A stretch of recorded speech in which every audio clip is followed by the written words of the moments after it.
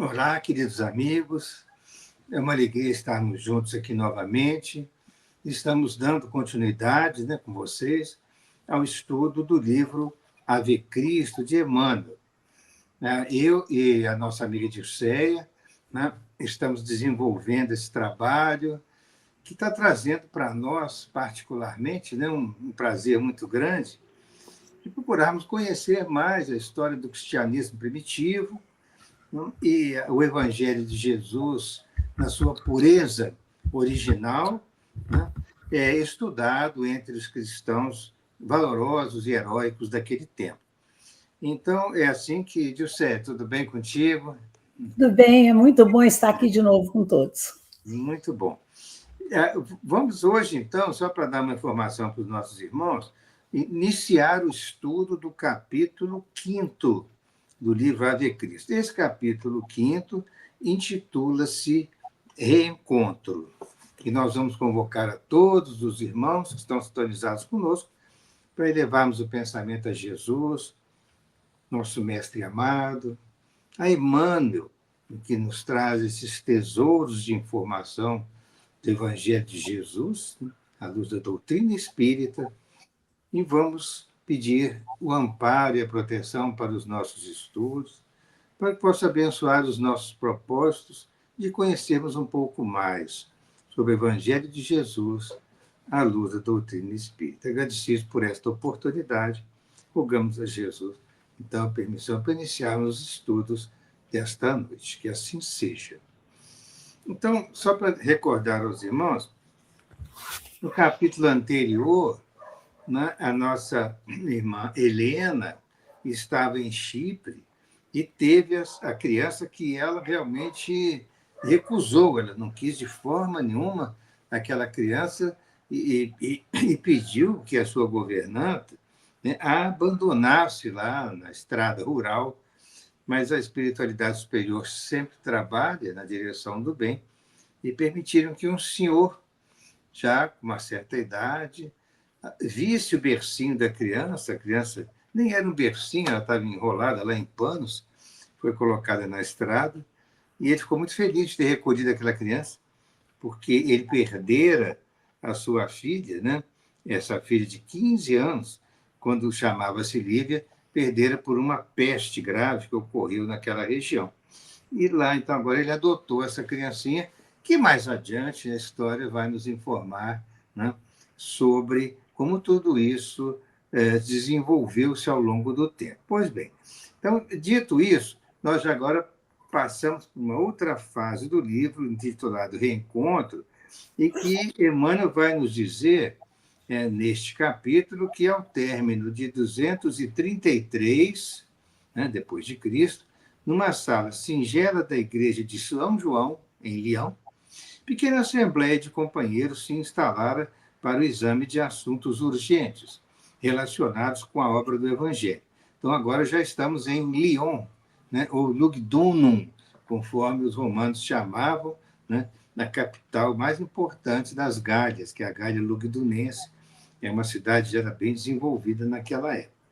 Pois bem, 3 homens de idade avançada e um outro em plena madureza discutiam as necessidades do movimento cristão.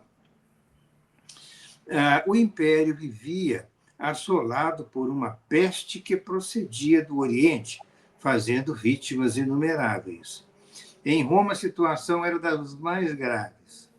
A epidemia penetrara as Gálias e a comunidade cristã, em Lyon, e mobilizava todos os recursos para amenizar os problemas do povo. O mais jovem integrante do conjunto era o irmão Corvino, que sabemos nós, era Quinto Varro, que substituíra o senhor Corvino, velho Corvino, que foi assassinado naquela viagem para Cartago.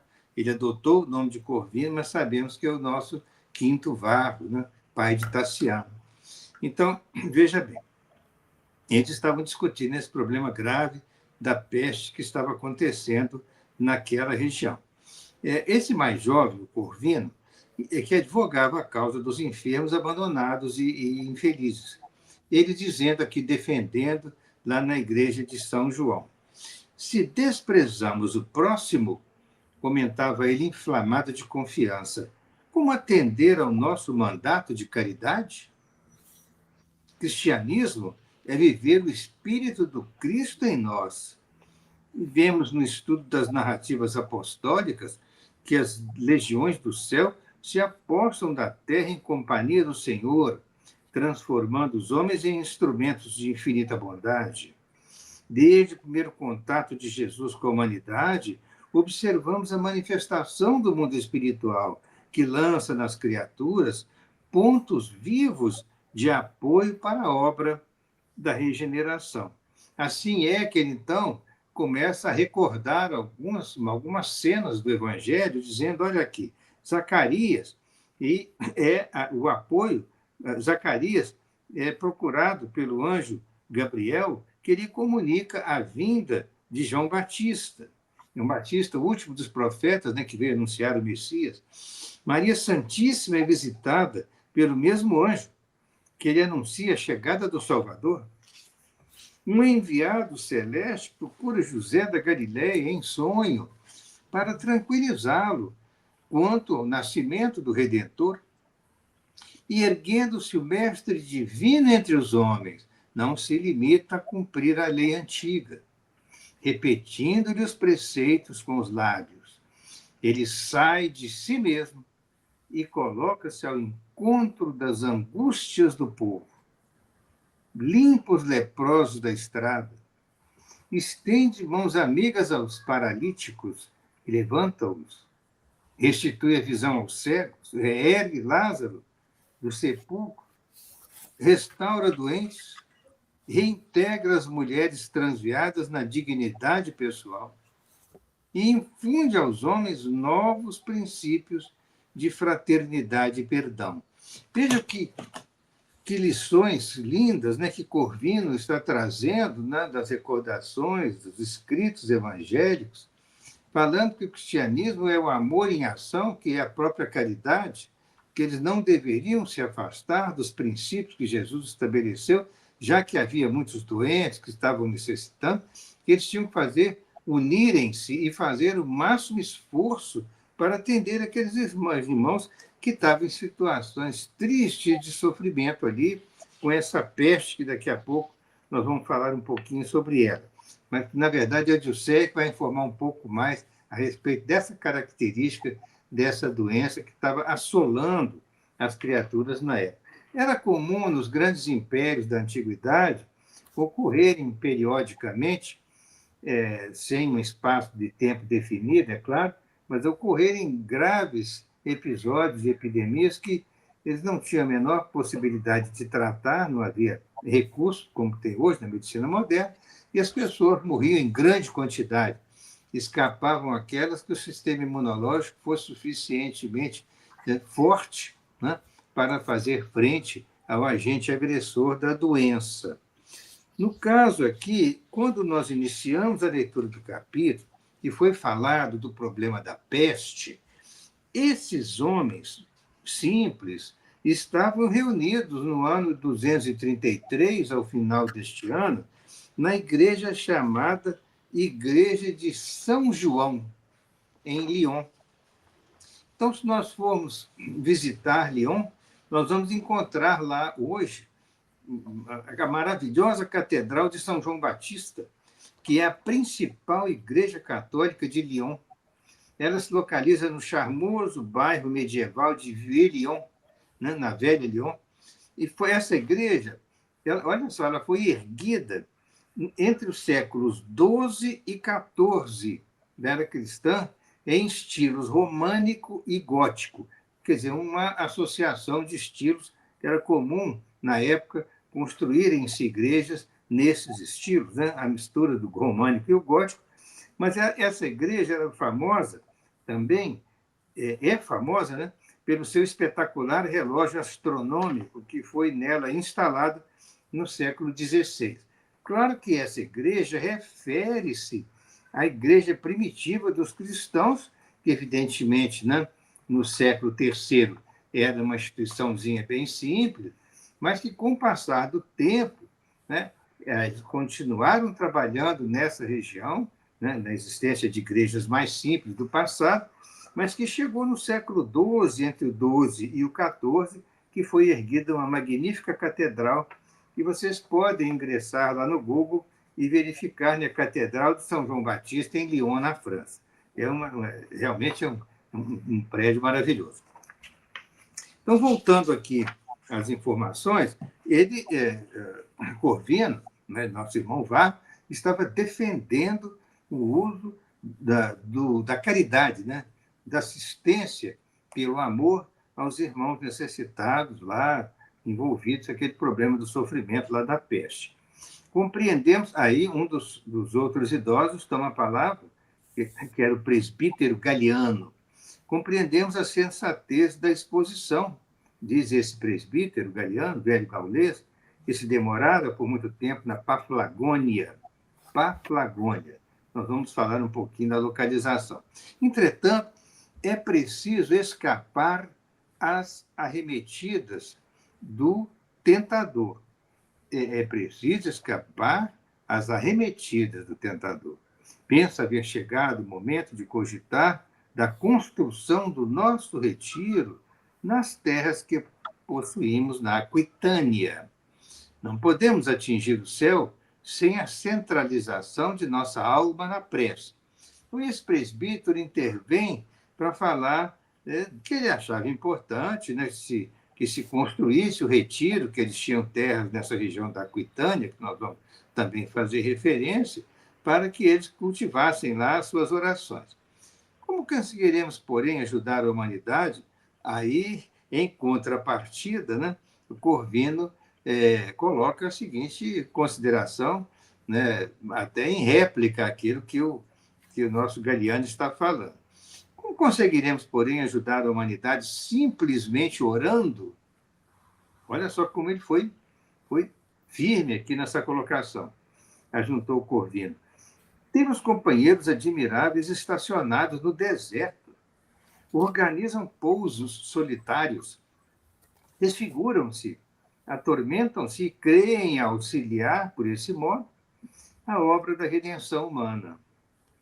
Mas, se devêssemos procurar a tranquilidade própria a fim de servir ao Criador, por que motivo teria Jesus vindo até nós, partilhando conosco o pão da vida? Em que luta condecorar-se-á o soldado que desiste do combate? Em que país haverá colheita valiosa para o lavrador que nada mais faz do que contemplar a terra, a pretexto de amá-la? Como semear o trigo sem contato com o solo? Como plantar o bem entre as criaturas sem suportar o assédio da miséria e da ignorância? Não podemos admitir salvação sem a intimidade daquele que salva com aquele que se encontra desviado ou perdido. Então, Corvino está, assim, corajosamente, né, lutando contra colocações dos irmãos que são colocações não muito adequadas ao trabalho cristão, que diante de um sofrimento coletivo, então nós vamos afastar para orar, né? E vamos ficar improdutivos, vamos ficar sem atender os irmãos que sofrem. Ele estava colocando dessa forma, né? Como fazer a colheita se ninguém plantou? Né? Ele mais ou menos colocando dessa maneira. Então, aqui são feitas referências a dois lugares. Né? Esse presbítero Galiano, ele por muito tempo trabalhava na região da Paflagônia, que essa região, no Império Romano Antigo, ela está localizada na costa sul do Mar Negro, né? Ao norte da Ásia Menor. Então, essa é uma antiga região. Lembremos que o Mar Negro ele fica localizado ao norte da Ásia Menor e ao sul da Rússia, né? Da Ucrânia, atualmente, né? O nome de Ucrânia. Mas o fato é que esse local, chama Paflagônia, ele ficava nas costas do Mar Negro, costa sul do Mar Negro, mas, evidentemente, ao norte da Ásia Menor, que hoje é a Turquia, né? A Ásia Menor ou Península da Anatólia. E aí, neste lugar, se vocês forem verificar no mapa, essa província romana, naquela ocasião romana, é claro, ela ficava localizada entre a Bitínia a oeste e uma região chamada Ponto ao leste, tendo ao sul, na parte central que equivale à Turquia hoje, da Ásia Menor, ao sul a Frígia. Então é uma região, né, que é província do Império Romano, que já foi grega também no passado, e que ficava entre a Bitínia e o Ponto, e ao sul, tendo, né, a localidade da Frígia, que ficava mais ou menos em região central na Ásia Menor. E ele refere também que eles tinham terras na Aquitânia, que eles poderiam para lá, se retirar, fazer lá seus retiros de oração. Era, na verdade, a Aquitânia banhada pelo Oceano Atlântico, então ela fica na parte sudeste da França de hoje, que equivaleria à Gália Lugdunense na época. A Gália é uma das divisões da Gália, né, que ficava na região sudoeste do que equivale à França de hoje, banhada pelo Oceano Atlântico. Recebia o nome de Aquitânia. Então, estava vendo esse entendimento dos irmãos para dividir as tarefas, estavam reunidos na igreja dedicada a São João, e o Corvino estava bravamente defendendo os princípios do Evangelho, né, que seria a utilização da caridade em benefício do sofredor. A caridade é o amor em ação, conforme nós sabemos. Ante a pausa que se fez espontânea, Galiano considerou: as tuas ponderações são mais do que justas, mas não podemos concordar com o pecado e nem permitir que as almas desprevenidas dele se aproximem. Os pagãos nos acusam de ladrões da alegria, acentua Pafos, um diácono aureolado de cabelos brancos. Acredita que o evangelho é um manto de tristeza asfixiando o mundo? E não falta quem veja na peste uma vingança das divindades olímpicas, informou Ennio Pudens, um outro trabalhador da casa, um excelente companheiro, com o tempo que o tempo encanecera. Ennio Pudens falou: não falta quem veja na peste uma vingança das divindades olímpicas. Muita gente volta a clamar contra nós, os cristãos, supondo sejamos os causadores da ira celeste. Valeriano, um amigo nosso que trabalha no fórum, contou-me particularmente que entre as solicitações formuladas pelo concílio, este concílio era uma assembleia gaulesa com o direito de opinar diante da autoridade de César. Era uma assembleia que se realizava anualmente, e as pessoas podiam, diante do representante de César, colocar lá suas opiniões. Mas, na época, existia assim, um preconceito muito grande contra a divulgação do cristianismo, e também uma ignorância das pessoas em querer imputar culpa aos cristãos por tudo de ruim que acontecesse, como se as divindades romanas quisessem punir a sociedade romana através das práticas cristãs que seriam proibidas. Quer dizer, então, o movimento cristão, por uma acusação indébita, inteiramente injusta, diziam que eles eram culpados de todas as desgraças que os romanos sofriam. E isso era um pretexto, né? Lamentavelmente, né? Cruelmente eles usavam, maliciosamente usavam, para perseguir os cristãos. Eles estavam falando sobre isso aqui, e dizendo que, nesse concílio, na festa de Augusto, né, consta um apelo para que sejamos de novo flagelados, quer dizer, de novo perseguidos, torturados e punidos. E afirmou que a execução de semelhante pedido vem tardando porque o imperador Alexandre Severo não está suficientemente seguro. Esse imperador, gente, era muito jovem, infelizmente ele tinha, né, um certo respeito pelo movimento cristão. Esse romano, Alexandre Severo, ele nasceu em 2008 e desencarnou em 2035. Lembrem-se que, no momento, nós estamos falando do final do ano 2000. Desculpa, vamos tirar o 2000, que eu estou fazendo a confusão aqui. Nada a ver.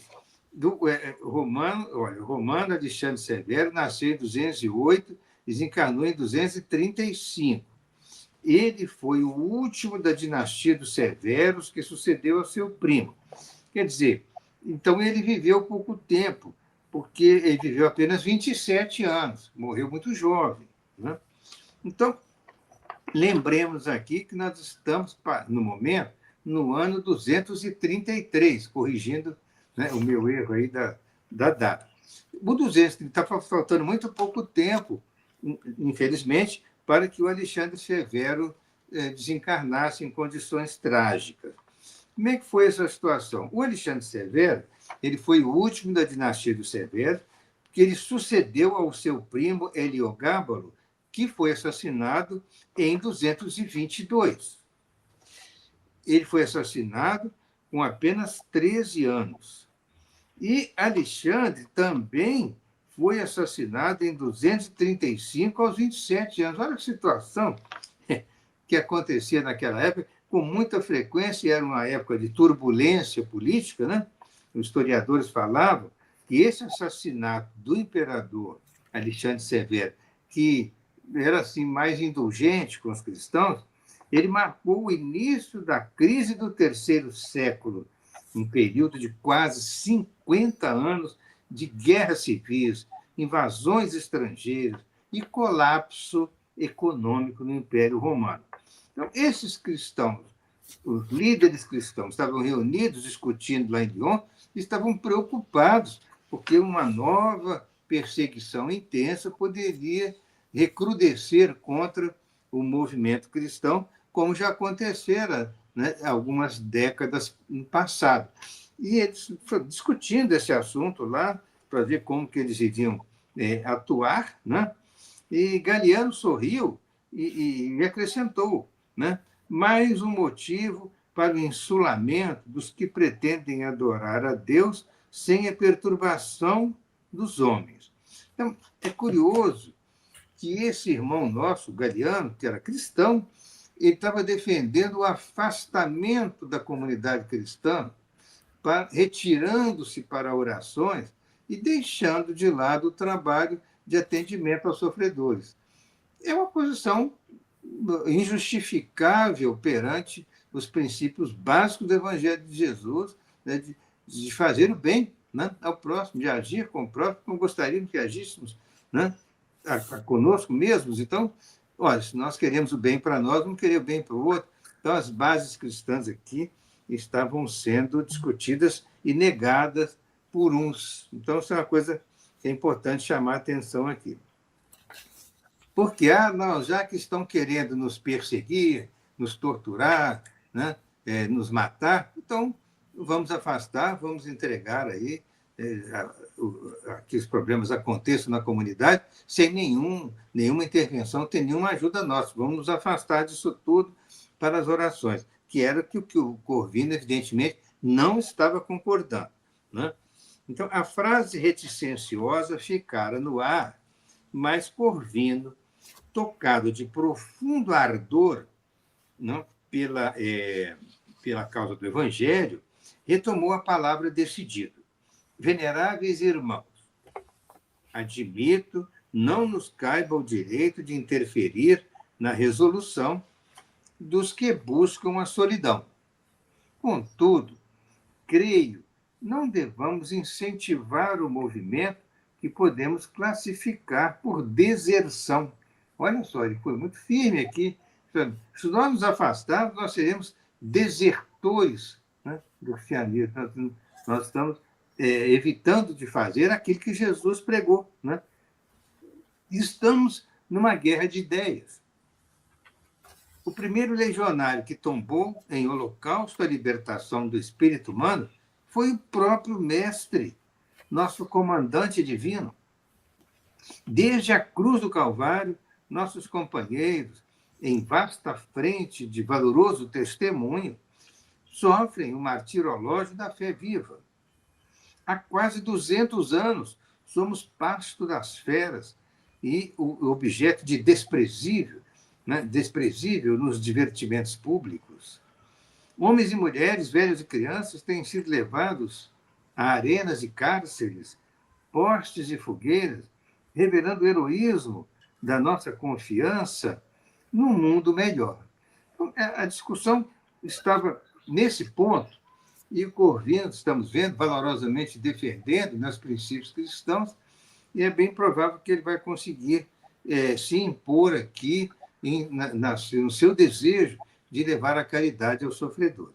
Mas eu vou pedir a Juscelia, então, para que possa dar então, continuidade a esse estudo para nós. E Varro, que era muito sensato e muito imbuído do sentimento cristão, ele continuou a dizer: não seria lícito trair as memórias destes que se martirizaram pela causa. Os adversários da nossa causa têm-nos como amargurados portadores da indiferença pela vida, mas é que ignoram a lição do benfeitor celeste que nos indicou o serviço da fraternidade, a fonte do verdadeiro bem e da perfeita alegria. O que ele está falando aí? Ele está dizendo que os adversários do cristianismo falavam que eles não ligavam para a vida, que eles se entregavam à morte por nada, que eles iam cantando para os martírios, iam cantando para os circos, onde seriam devorados pelas feras. Então, eles tinham um entendimento muito errado, errôneo, do que verdadeiramente acontecia, porque Jesus veio falar de quê? Que havia uma vida após a morte física. E eles achavam que tudo acabava ali. Porque o que valia para eles eram as festas, os bacanais, ou seja, as festas de Baco. A alegria deles legítima era na vida material, porque eles não acreditavam na vida espiritual. Então, é isso que ele está dizendo, que o Mestre Jesus falou que a verdadeira fonte da alegria era o serviço no bem, era o serviço do bem. E muitos autores dizem que se a gente pudesse apontar a verdadeira alegria do cristão, ela aconteceu na ressurreição do Cristo. Foi a maior alegria que o cristão pôde ter, porque veio confirmar tudo aquilo que ele havia dito. Que é uma coisa que a gente sabe maravilhosa. Então ele fala ainda: urge assim, não nos afastemos do trabalho e da luta. Há construções no plano do espírito, como existem no campo da matéria. Nós temos que cuidar dos dois, ele está falando aí. Dos dois. Não é só orar. Temos que dar assistência a esses irmãos sofredores. A vitória do cristianismo com a livre manifestação do nosso pensamento é obra que nos compete concretizar. Aí nós vimos lá no Livro dos Espíritos, na questão 769, que Kardec pergunta sobre isso. Ele fala se a vida social está nas leis da natureza. Então, à medida que algumas pessoas elas escolhem o isolamento absoluto, isso seria condenável se o homem gosta disso? O que os espíritos responderam? É uma satisfação egoísta. Há também homens que gostam da embriaguez. Isso aí não significa nada, que eles estejam certos. Deus não pode considerar agradável uma vida em que o homem se condena a não ser útil a ninguém. A não ser útil, e se isolar. Aí ele continua perguntando: o que pensar dos homens que vivem em reclusão absoluta para fugirem ao contato pernicioso do mundo? Ele responde: duplo egoísmo. Naquela época era comum se construírem assim umas certas áreas de reclusão, como se fossem uns monastérios, no deserto. E eles para lá ficavam para fugir das, vamos dizer assim, tentações do mundo. Aí Kardec continua perguntando: mas esse retraimento tem, por fim, uma expiação com a imposição de penosa renúncia. Isso não é meritório? Quer dizer, o indivíduo deixa os prazeres do mundo para ir viver nesse lugar. Isso não tem um mérito? Os espíritos falam que não. Fazer mais bem do que o mal que se tenha feito, essa é a melhor expiação.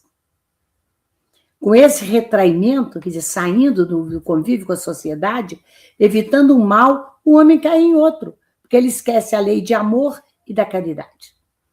O que pensar dos que fogem do mundo para se devotarem aos amparos dos infelizes? Aí é diferente, eles falam. Esses se elevam em vez de se rebaixarem. Têm o duplo mérito de se colocarem acima dos prazeres materiais e de fazerem o bem pelo cumprimento da lei do trabalho.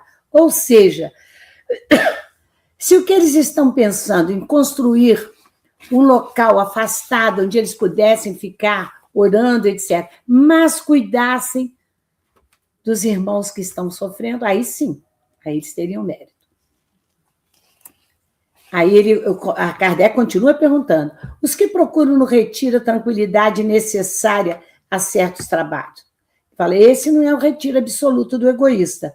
Eles não se isolam da sociedade, pois trabalham nela. Então, o voto, Kardec comenta, o voto de silêncio absoluto, da mesma maneira que o voto de isolamento, priva o homem das relações sociais que lhe podem fornecer ocasiões de fazer o bem e de cumprir a lei do progresso. Então, não é recomendado. Ou seja, o Varro estava muito certo nas assertivas dele de não se isolarem, né? Então, esse isolamento do homem, ele é contrário à lei natural da evolução, porque ninguém consegue evoluir sozinho, você precisa do outro, o outro precisa de você. Nós estamos reencarnados para nós evoluirmos juntos, e não para nos afastarmos uns do outro. O convívio com o outro é um meio do homem praticar a caridade. E como o Kleber disse, a caridade é o amor em movimento. E disso é uma das... Paulo fala que é um dos sentimentos maiores que a gente pode ter, que seria a caridade. Então, o perigo do egoísmo é esse, é de se isolar, é uma fuga, é um orgulho de você se sentir melhor, você não pode se contaminar com o contato com o outro, então você se retrai, não é? E a vida na Terra, nós viemos aqui, no mundo de provas e expiações, como uma escola que nós temos que frequentar, onde uns ajudam os outros, nós somos, às vezes, professores num determinado sentido, alunos em outros, todos nós, e temos que procurar esse trabalho no bem sem omissão. Lá no Livro dos Espíritos, nós vemos, quando Kardec perguntou se basta não fazer o mal. Os Espíritos falaram, não, tem que fazer o bem até o limite das forças. É disso que Varro está falando. Aí vai continuar. Surgiu um pequeno intervalo na conversação que a palavra de Enio interrompeu. No que se refere a serviço, nossa posição não é das melhores. Muitas famílias, pressentindo a perseguição, vêm dispensando os empregados cristãos. Ainda ontem, nas oficinas de Popônio, demitiram 10 companheiros nossos. Aí eles continuavam discutindo a situação. Mas temos o direito de esmolar para a igreja, e a igreja precisa sustentá-los. Observou Galiano cuidadoso. Corvino tinha ideias mais progressistas, mais, assim, urgentes, mais... vocês vão ver que ele tinha uma maneira de fazer o bem diferente daqueles outros, que eram mais idosos. Ele era, por ser mais novo, talvez ele tivesse ideias mais insistentemente boas para a situação. Aí ele falou assim, sim, temos o direito de esmolar. Este, contudo, é também o direito do mendigo. Não nos cabe, segundo nos parece, olvidar a produção de benefícios para o mundo. Então ele falava o quê? Nós precisamos produzir para ajudar e não pedir. Se nós temos condição de produzir, é o que devemos fazer. Muito lógico isso que ele estava falando. Seria mais trabalho? Sim. Além do trabalho que eles já iriam executar de tratar dos doentes, teria o trabalho físico mesmo, de sustentação, de ganhar o dinheiro para se manterem e aos outros. E ele continua falando, nós temos terra disponível sob a responsabilidade de vários irmãos. O arado não mente, os grãos respondem com fidelidade ao nosso esforço. Lançada a semente, né, vem a colheita. Podemos trabalhar, não devemos recorrer ao concurso alheio que diz a esmola. senão em circunstâncias especiais. Não seria aconselhável manter a comunidade improdutiva, porque com isso seria um exemplo deles que naquela situação eram muito bem vistos na sociedade, porque eles acolhiam os que precisavam. Não seria um bom exemplo ensinar, né, como se diz hoje, a pescar em vez de dar o peixe? Ensiná-los a produzir também? Aí ele fala assim, cabeça vaga é a furna de tentações. É o que a gente fala hoje, né? Cabeça vazia é a oficina do diabo. Ou seja, ele era muito sensato nas afirmativas dele, era isso que tinha que fazer. Vamos pegar todo mundo e trabalhar para a gente se manter. Ele diz ainda, creio em nossa possibilidade de auxiliar a todos, através do esforço bem dirigido.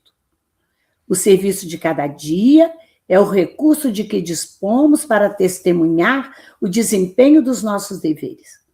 Diante do que nos acompanham de perto, e o trabalho espontâneo no bem é o meio que o Senhor colocou ao nosso alcance, a fim de que sirvamos a humanidade, com ela crescendo para a glória divina. Ele quer dizer que o trabalho é um dever. É um dever. Nós vemos lá no Livro dos Espíritos, na Lei do Trabalho, na questão 674, quando Kardec pergunta se a necessidade do trabalho é uma lei da natureza.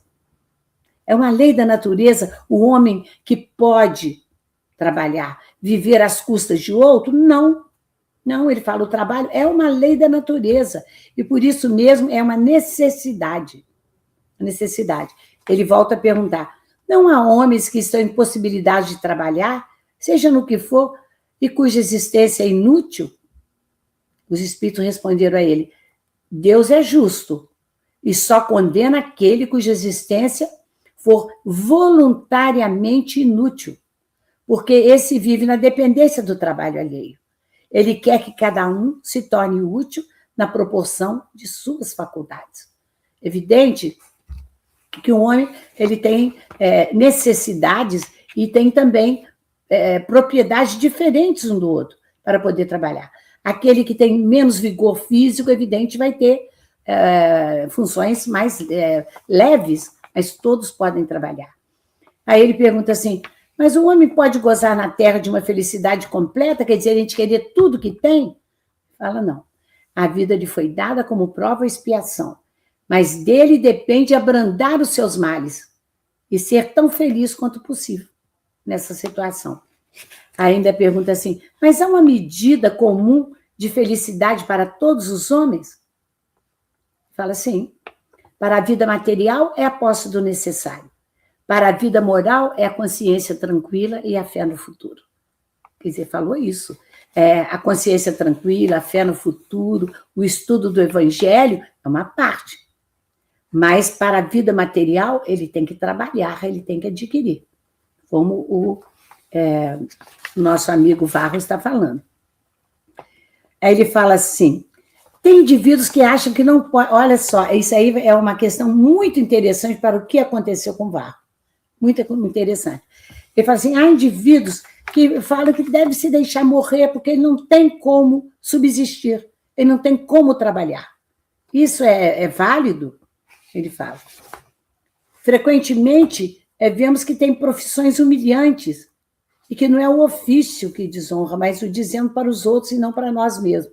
Ou seja, você lembra que o Corvino ele tinha um alto cargo naqueles transportes marítimos? Ele tinha uma vida confortável, tinha uma casa confortável com a família e tudo, e aconteceu que ele teve que sair dali. Por uma traição da esposa, ele teve que sair daquele lugar, ele foi para o norte da África, agora ele está em Lyon, né? Agora, o que ele fez para se manter?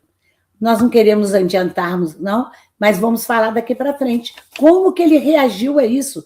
Se ele saiu pedindo esmola, ou se ele lutou pela sua sobrevivência.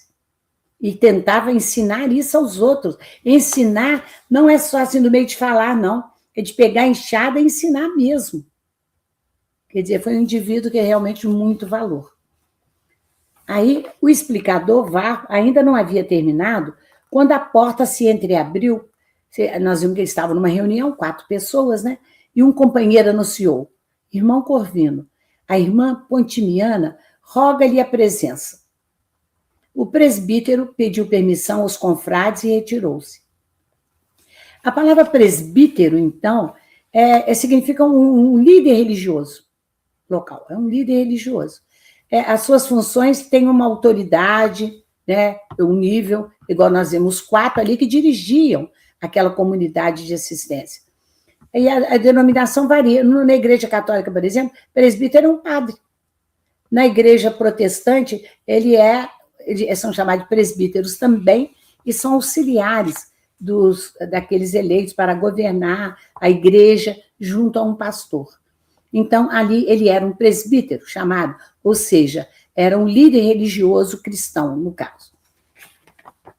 E para onde que ele foi?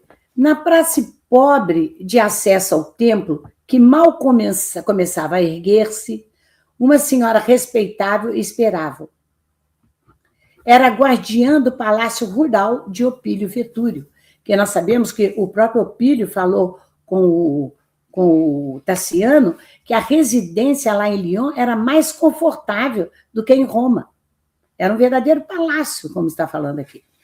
Embora contrariando o esposo, ela fizera-se amiga fiel da igreja, ouvindo Corvino, que lhe amparara a renovação espiritual passo a passo. Então, olha o que acontecia. Aquela valorosa dama, não é? Ela tinha um adversário de suas ideias dentro da própria casa. Porque ela era cristã, mas o marido não era. Não obstante idosa, Pontimiana revelava extrema agudeza nos olhos lúcidos que sempre refletiam a cristalina bondade de sua alma. Tantas vezes auxiliada pelo presbítero, convertera-se em prestimosa irmã dele, devotando-lhe estima sincera. Então, ela trabalhava com ele, ajudava, etc. Sorridente, saudou e foi logo informando. Tassiano, o menino, agora rapaz que o senhor conheceu em Roma, chegou hoje, tratando-se de alguém cujo destino sempre lhe interessou, vim trazer-lhe a notícia. Aí você vai falar assim, mas como que ela sabia que ele conhecia Tassiano? E mais à frente nós vamos ver um pouquinho, vou só colocar no contexto, que havia entre aqueles funcionários daquela propriedade chamada rural, porque era fora da matriz, que era Roma, eles iam frequentemente a Roma. E quando eles iam, o Varro perguntava pelo Tassiano, e aquele rapaz que mora na casa do fulano, como que ele está? E com isso ele começou a perceber como que ele se desenvolvia. Tinha uma vontade imensa de reencontrar o filho, né? Então ele sabia dessas informações. Mas o semblante do... Então, ela falou assim, vim trazer-lhe a notícia. E o semblante do religioso cobriu-se de extrema palidez. Ele ficou abismado, ele não esperava aquela informação. Enfim, ele reveria o filho amado. Quase 20 anos havia decorrido. Nós vimos lá que foi em torno de 16 para 17 anos.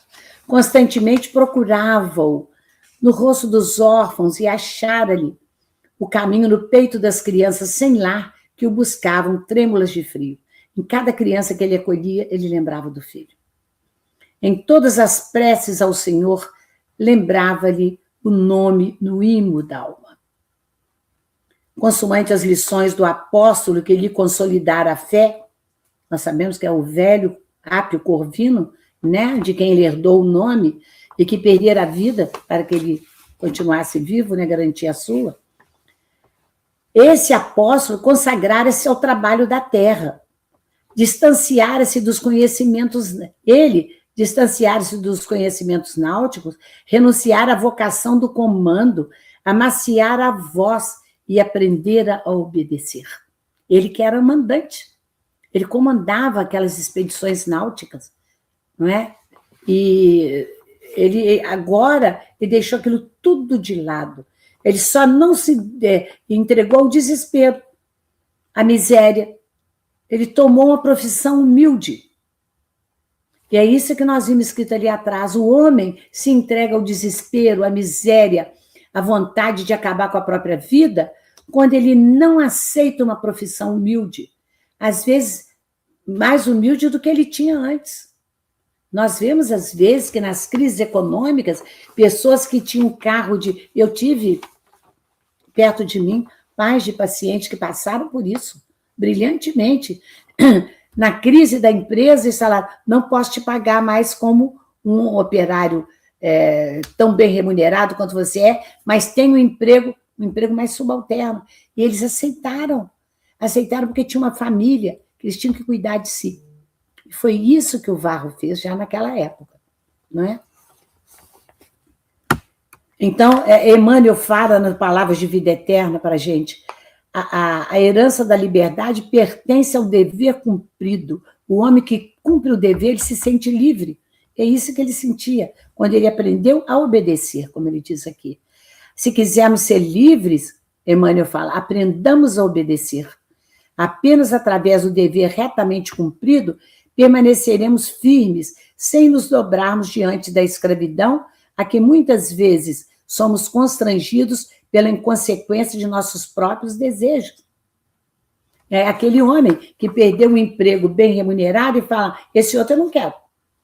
Vou viver às custas da minha família, nós vamos passar a dificuldade, vou pedir uma obra de caridade que nos dê o apoio, mas isso não é liberdade. Isso é você se ver preso a uma situação.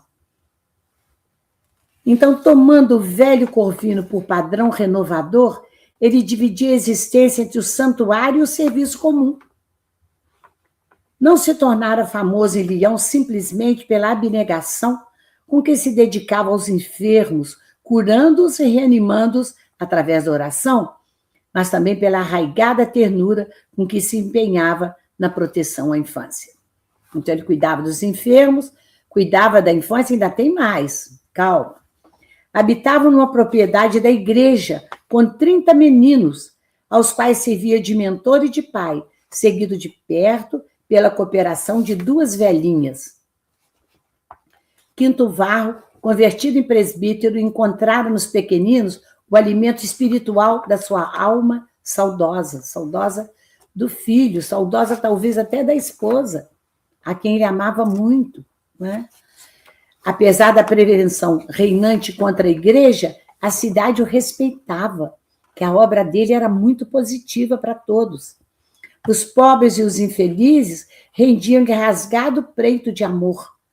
Mas não era somente grande no apostolado da fé. Aí vem uma outra atividade dele. Agigantara-se em humildade, fazendo-se o jardineiro-chefe de 5 residências patrícias. Então, não dava mais para ele ser aquele famoso, vamos dizer assim, comandantes das naves, daquelas, como é que chama? Dos barcos, navios, que iam para galeras, né? Então, que iam lá para o norte da África e viajar pelo Mediterrâneo. Não, agora ele era um jardineiro, um simples jardineiro. Ele orientava os escravos com tanta maestria no preparo do solo e na educação das plantas que conquistara não apenas significativo salário, mas também admiração e preferência. Então, olha o que ele fez. Baixou o nível da atividade dele, não se importou com isso, se dedicou a isso, treinou pessoas para isso. Olha que coisa interessante. E com isso, ele começou a ganhar bem e ter preferência no serviço, porque ele se dedicava muito. A casa senhorial de Vetúrio incluía-se entre as mansões aristocráticas cuidadas por ele. Captara a confiança dos mordomos e a estimativa dos servos. Era na extensa propriedade um cooperador e um amigo, se tornou amigo da casa. E não por acaso, né, a gente sabe. No fundo, Varro sabia que esse era o único recurso de rever Tassiano um dia e oferecer-lhe os braços paternais. Porque, já que era uma casa que pertencia ao padrasto dele, na verdade, ele podia um dia encontrá-lo ali. Desvelara-se por isso na formação do parque, no meio do qual se levantava a casa de Opílio. Nenhum jardim em Lyon se lhe igualava em beleza. Nenhum deles. Então, informado por Alésio e Pontiliana, que algumas vezes visitavam Roma, que eram os que tomavam conta da casa, de que o filho era apaixonado por rosas rubras, com elas desenhou vastos canteiros, dando-lhe a figura especial de um coração, marginado de flores, em cujo centro acolhedores bancos de mármore, entre repuxos amenos, convidavam à meditação e ao repouso. Então, ele transformou o entorno daquela propriedade numa coisa linda, um jardim maravilhoso, e baseado na informação de que o filho dele gostava. Ele ficava, então, conhecendo as preferências do menino. E nessa hora falaram, ele gosta de rosas vermelhas. Então, ele fez um coração de rosas vermelhas. Trabalhara muito durante os 17 anos que o distanciavam do lar, a fim de merecer o contentamento daquela hora. Fizera-se mais experiente, mais esclarecido. Ou seja, amadureceram-se-lhe as ideias. Mantivera longo contato com os mestres do pensamento em várias línguas. Sobrenadara a corrente de aflições do próprio destino e procurava vencer todos os percalços para comparecer, ainda que para sempre, anônimo e irreconhecível, diante do filho incessantemente lembrado com a dignidade do homem de bem. Quer dizer, ele não queria nem se expor ao filho, falar que ele era o pai. Ele só queria estar junto dele. Então, homem de bem, como nós vemos lá no Evangelho segundo o Espiritismo, no capítulo 17, é o que cumpre a lei de justiça, amor e caridade, na sua maior pureza. E é isso que o Varro vinha fazendo. E assim nós terminamos esse capítulo de hoje. Então, muito bom. Estamos agora, né? Segundo as informações últimas que a Dilceia passou, na expectativa de que o pai possa rever o filho. Claro que ele não poderia se revelar como pai, porque para o filho o pai fora assassinado, né, naquela viagem. Então, ele seria ali como se fosse um amigo, um mentor, né?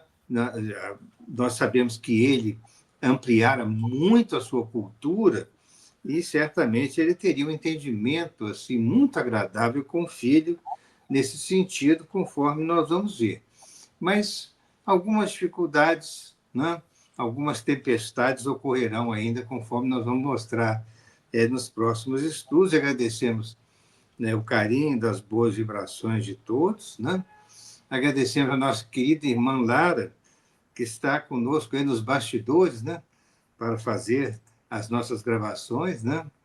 Que ela seja muito envolvida pela paz do nosso Divino Mestre. E eu vou passar, então, a palavra para que a Dilceia possa fazer a prece de encerramento para nós. Vamos acompanhar.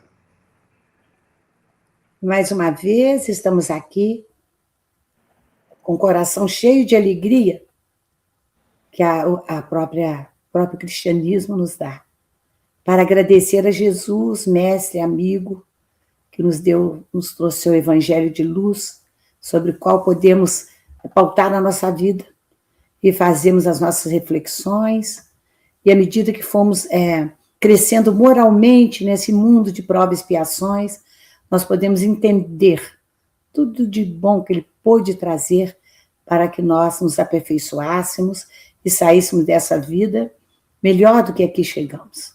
Sobretudo quando nós nos damos o trabalho no bem de todos, exercendo a caridade. Assim sendo, nós pedimos a Jesus que fique conosco hoje e sempre. Que assim seja. Que assim seja.